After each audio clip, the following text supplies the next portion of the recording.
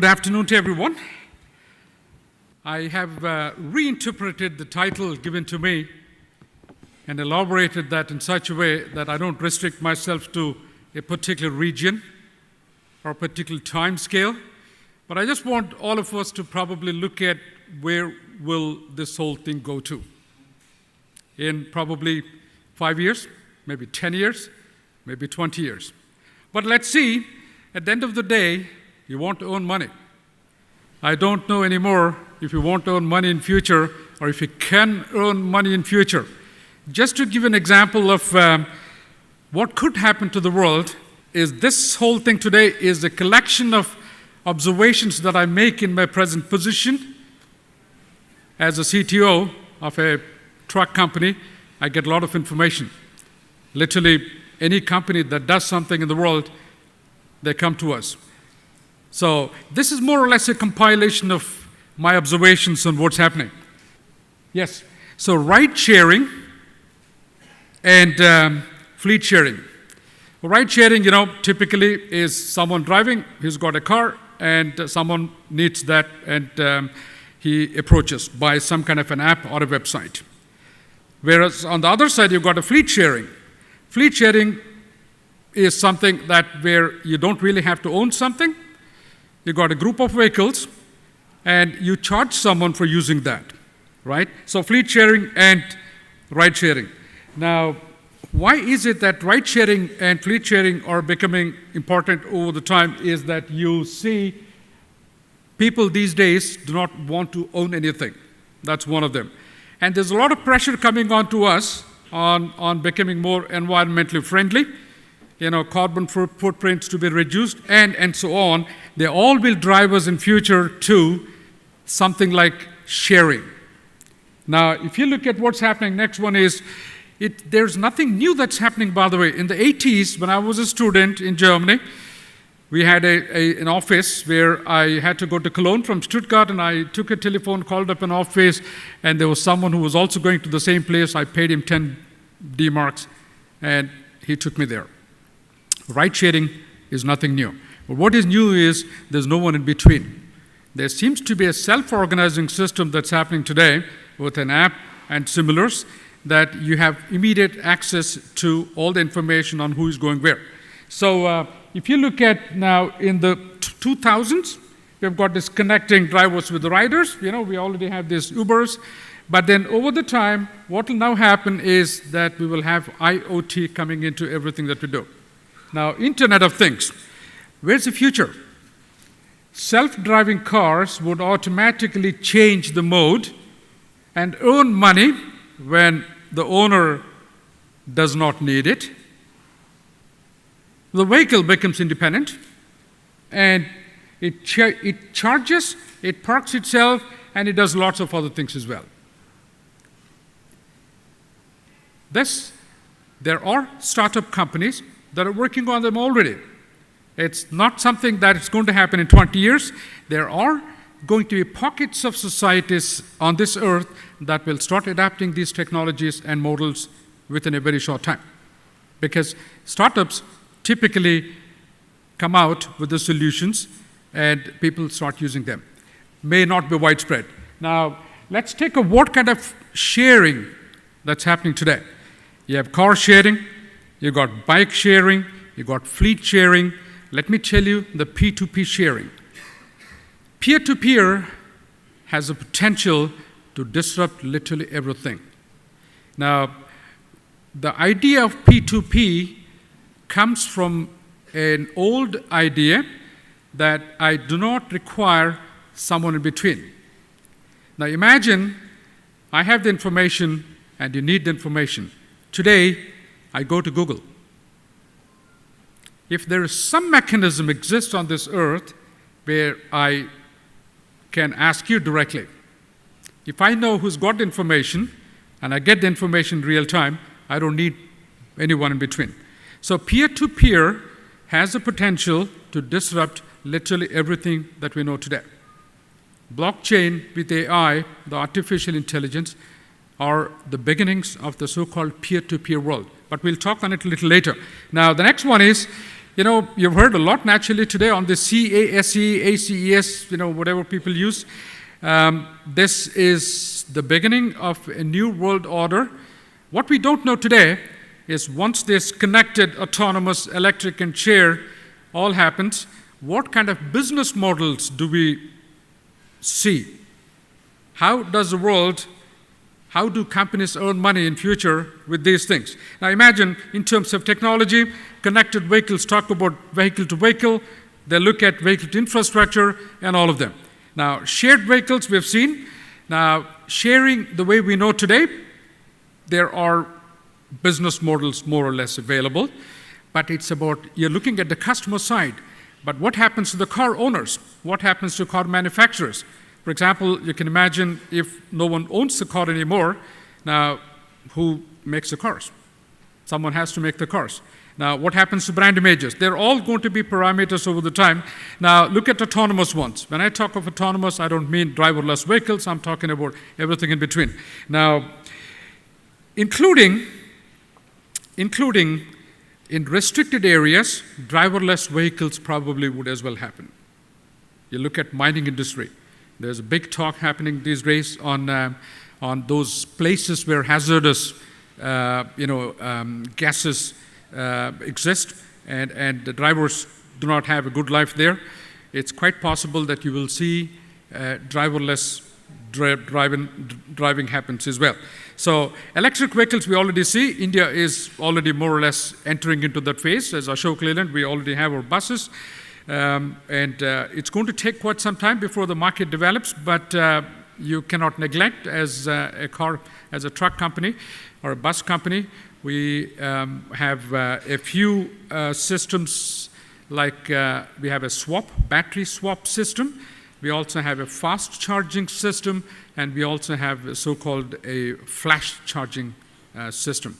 Depending on what kind of application cycles you look at, we either use one of these three models we have. So now let's get back to this slide. You already have seen it many, many times today, the levels of automation that I don't have to bother much about talking it, but you require an architecture to get there. It's not always the end situation, but then V2I, V2V, V2Cs, they all have to happen before you can talk of the complete autonomous technologies. So what kind of benefits do we have with that? Crash elimination. If you have a world full of sensors, full of cars with sensors, you would have no accidents. If you have completely electric vehicles with very less number of moving parts, buses, cars, and trucks don't come back to workshops any longer.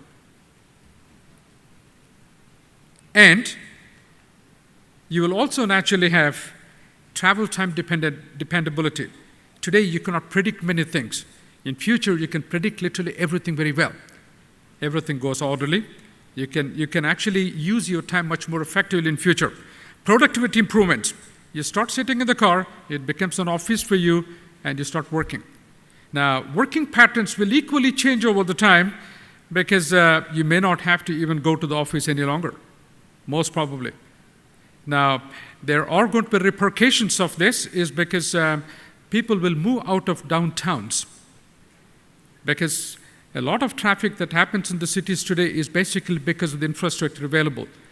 In a future where you do not have offices any longer, you do not have any more traffic jams, and you don't need to go to the office, and you don't need a driver, you sit in a car and you start working, probably you don't need to even sit in the car at some point. There are models available today. People do discuss about them. Now, what it all means at the end of the day is that the new models for ownership.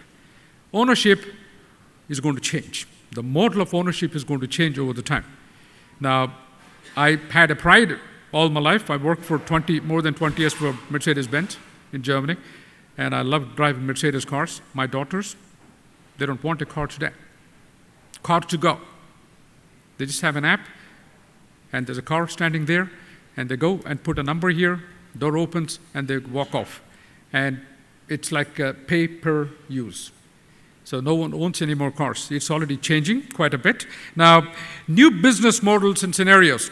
New business models are how do I charge someone who is using my services?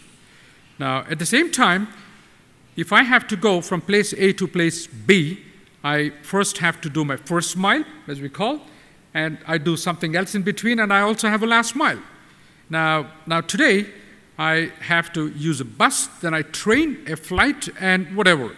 And I'm using lots of paying mechanisms to get to the place. Now, the description itself already has an answer. That means there will be multimodal solutions coming up. You'll only be paying probably one guy the money. That is very much possible. Multimodal is going to happen as well.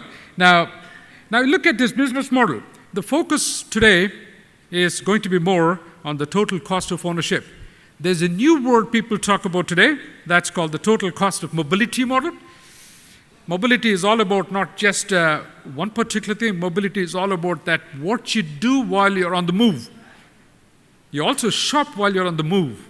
You stop at a particular place and go to a supermarket, buy something, you again sit in the car and go somewhere. Now, when I leave the car and buy something, there's a disruption that's happening.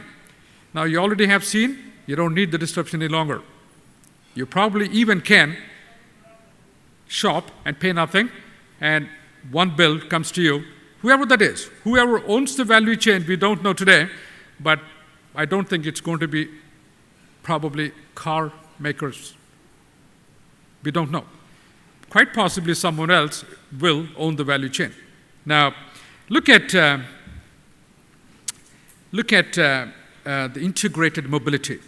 You know, you got these lots of players like OEMs. You've got fleet owners. You've got travel agents who do planning for you.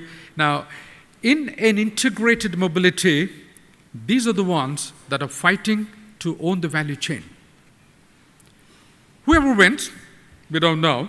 Quite possibly,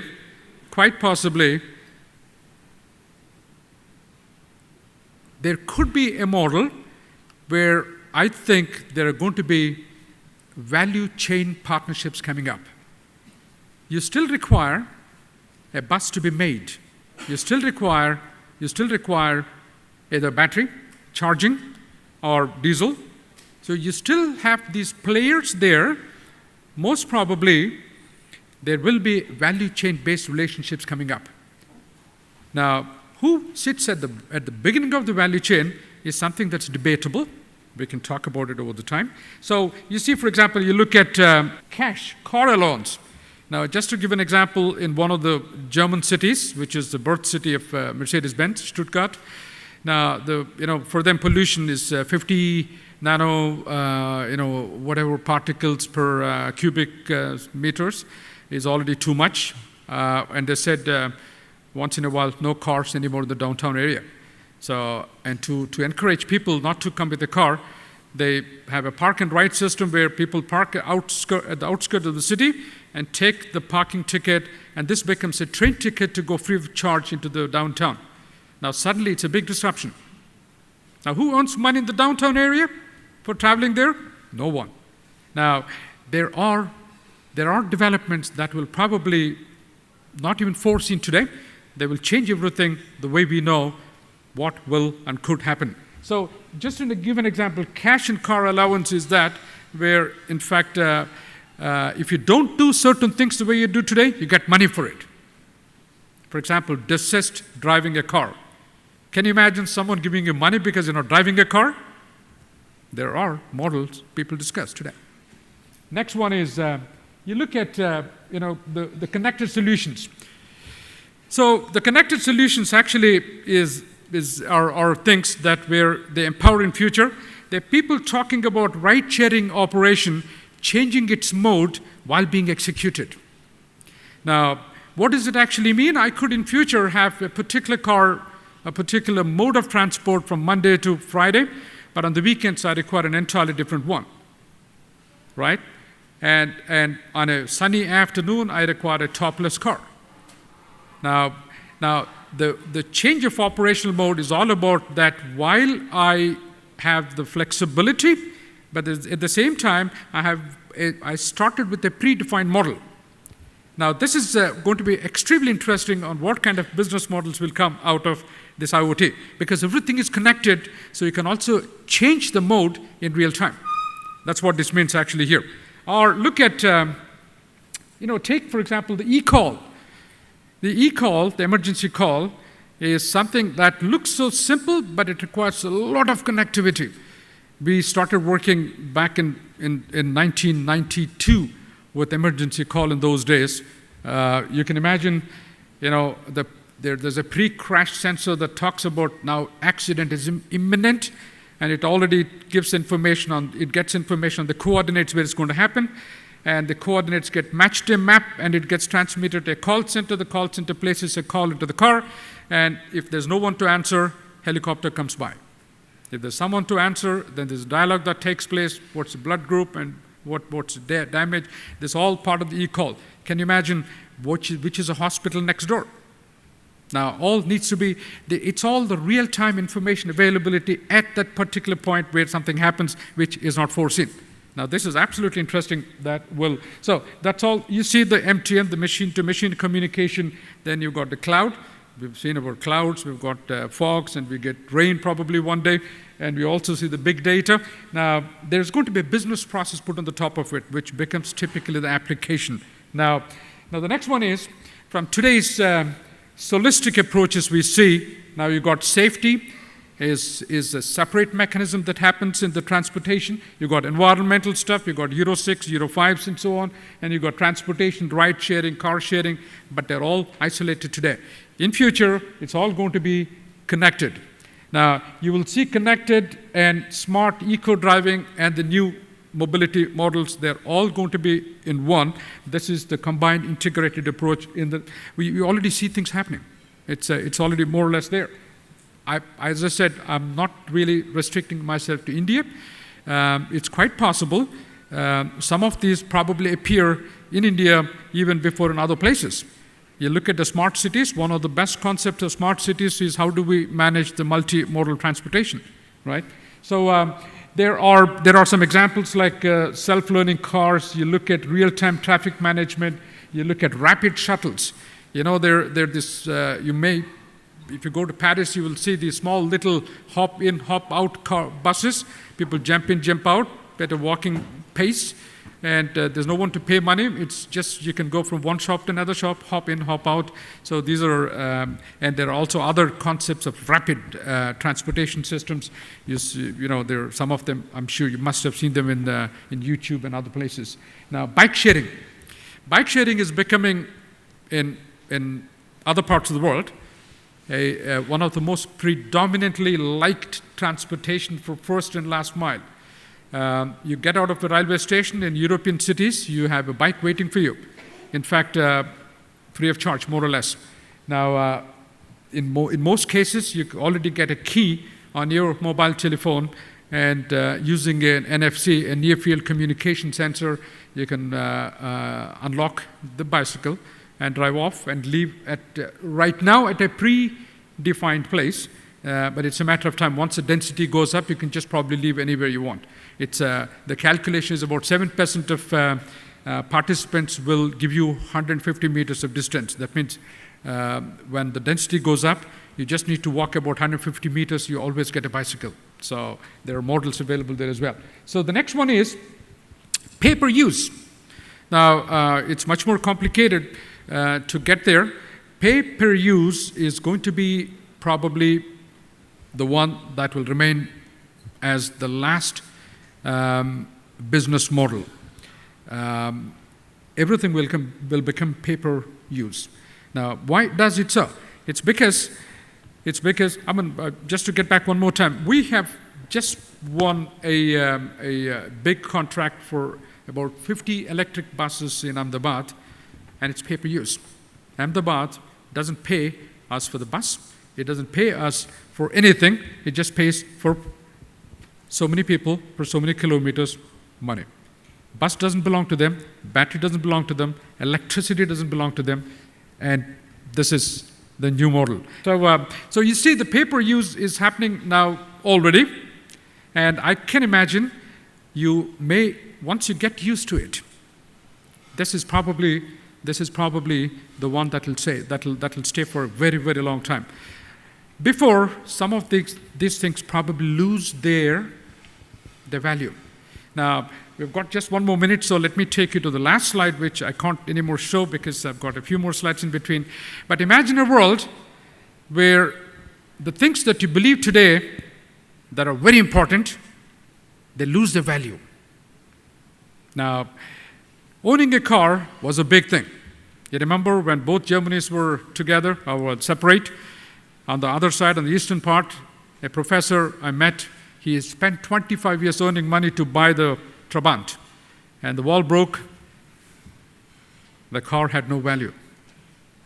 Now, Mercedes-Benz, I drove for 2 decades long, and my daughter says, I don't want a car.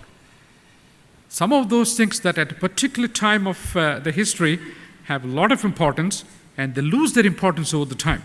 Imagine if someone were to say health, education, transport are free for everyone. It's a basic right for human beings. We could imagine a society where a lot of things based on which you have mega and big companies, they lose completely their value. I believe we will start seeing certain of these developments over the time. I don't know, I can only put questions, I can only use my logic and reasoning to show certain developments. I can imagine we probably are standing at the beginning of mega crossroads. Which one will win? Who wins the value chain? I don't know. Thank you very much. Thank you so much, sir, for an extremely knowledge-enhancing session.